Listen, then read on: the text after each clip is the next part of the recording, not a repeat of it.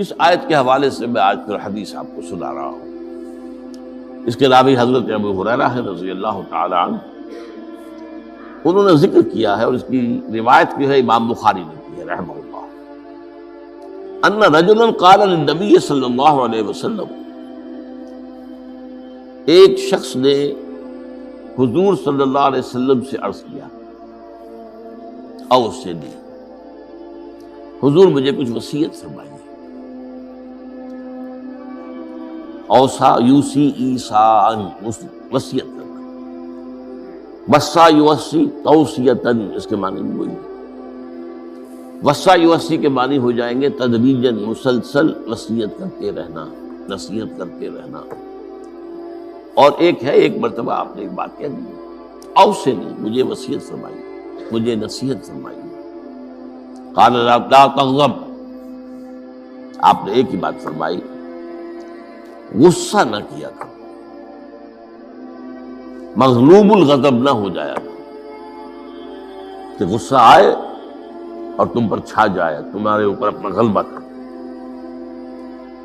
فردد مرارا، اب اس شخص کے دل میں شاید کوئی اور بات تھی. اس نے پھر پوچھا، اوصنی حضور، بس کیجیے وصیت. آپ نے پھر فرمایا لا تغضب. پھر پوچھا، وہ تکرار کرتا رہا اور حضور نے بھی ہر مرتبہ وہی بات دی. اب اس سے اندازہ ہو جاتا ہے کہ یہ بات کتنی اہم ہے. پہلی بات تو میں آپ کو یہ بتا دوں کہ غصہ آ جانا کوئی غیر فطری بات نہیں.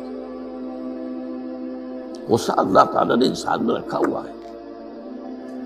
البتہ غصے کے اعتبار سے حضرت حسن، غالباً حسن بصری رحمہ اللہ، ان کا ایک قول بڑا حکیمانہ ہے، بہت حکیمانہ ہے.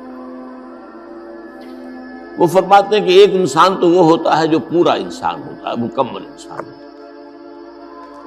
ایک ہوتا ہے نصف رجل، آدھا انسان، وہ انسانیت کے معیار پر پورا نہیں ہوتا، ہاں نصف تک آ جاتا. اور ایک انسان ہوتا ہے لیسا برجل، وہ انسان ہوتا ہی نہیں، وہ حیوان ہوتا. پورا انسان وہ ہے جسے غصہ دیر میں آئے اور جلدی رفع ہو جائے. اور آدھا انسان وہ ہے جسے غصہ جلدی آئے لیکن جلدی رفع بھی ہو جائے،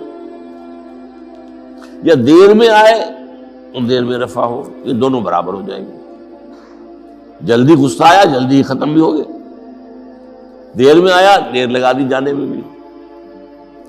اور جو شخص سرے سے انسانیت کا مستحق ہی نہیں کہ اسے انسان مانا جائے، اسے غصہ جلدی آ جائے اور دیر میں جائے، تو وہ اصل میں پھر انسان ہے. وہ اخلاقی اعتبار سے پورا انسان کہلانے کا مستحق.